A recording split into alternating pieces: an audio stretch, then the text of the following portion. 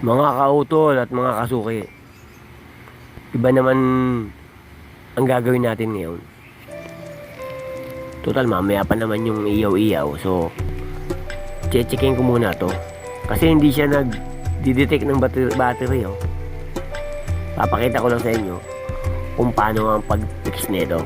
Hindi nyo na itatanong, computer technician ako. Nag-aaral ako. Graduate ako dyan. Ayan, di ba? Wala siyang not detected siya. Ginawa ko na lahat ng magagawa ko dito eh. Tin-troubleshooting ko na, troubleshooting ko na rin to eh. Lahat-lahat sa device manager, in-apply ko na, in-update ko na lahat-lahat yan eh. Kaya, ito na lang ang sa tingin ko yung magagawa natin yan. Kailangan tanggalin natin yung static ng battery, sumobrang kuryente ba. Nangyayari yan pagka sabay na ginagamit yan, nakasaksak, tapos may baterya. Masama yun eh. Dapat pag gagamit kayo, i-full charge nyo muna. Tapos pag gagamitin nyo na, tanggalin nyo na siya sa saksak sa charger. Yan yung baterya ang gumana. Kaya nga may baterya yan eh.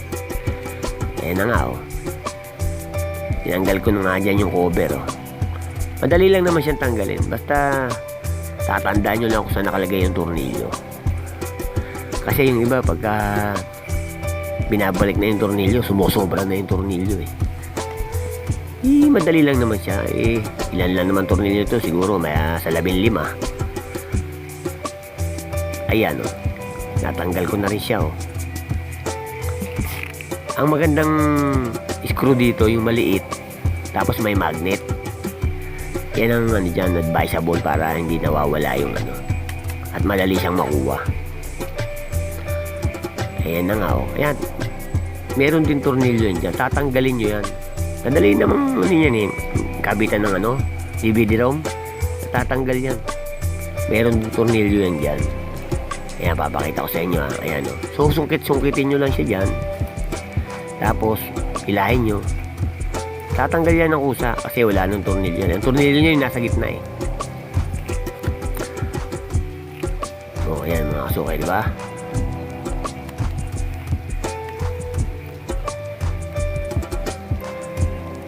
Tapos pagkatapos nyo yan, may mga tornilyo pang 3 dyan na maliliit, nakakabit rin yun sa board.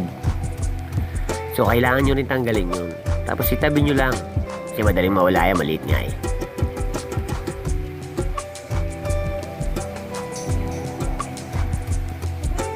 Ayan o. Tanggalin nyo na rin yung hard disk.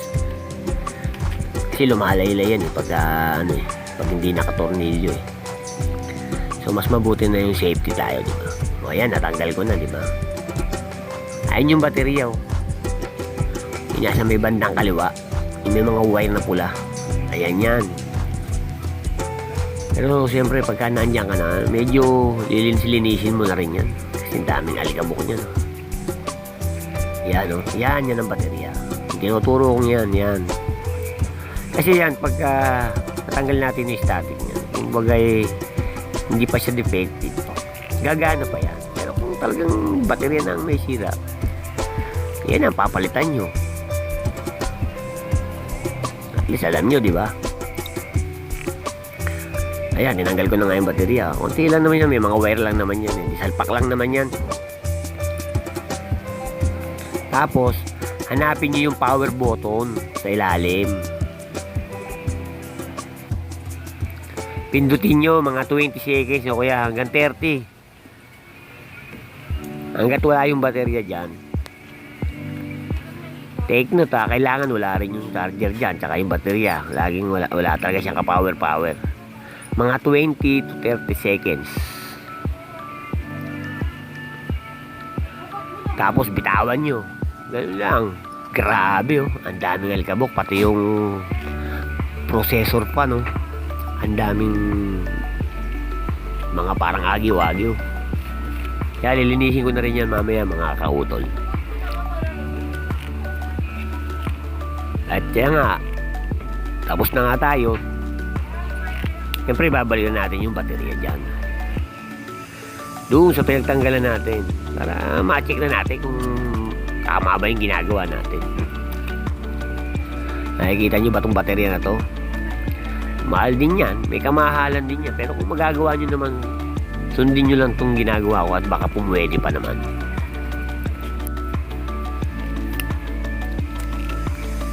Kasi kung pupunta ka sa pagawaan, nako, malayo-layo din yun. Kung maayos naman to. At ayun na nga, naikabit ko na nga yung baterya at yung cover. Bago natin siyempre ilagay yan, ibras-brasin muna natin yan. Tanggalin na natin yung mga alikabok. Total napalas mo na rin lang. Linisin mo na rin, di ba? Tama ba ako mga kautol? At ayan, balik na natin ha.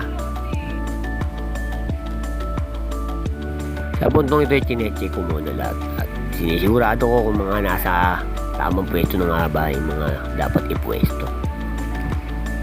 Kasi maya-maya, katakpan na natin to para masubukan. Kaya na nga, natakpan ko na nga siya dyan.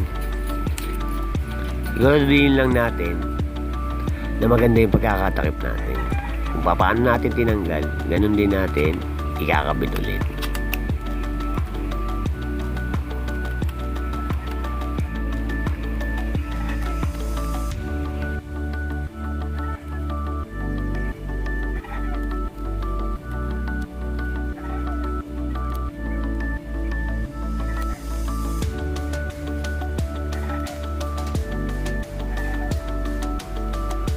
At ayan na nga mga kautol, the moment of truth. Sunod natin ha.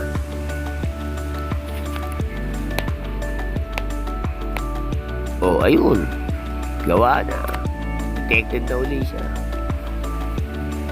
Ganyan lang yan mga kautol. Hanggang sa susunod. Bye-bye.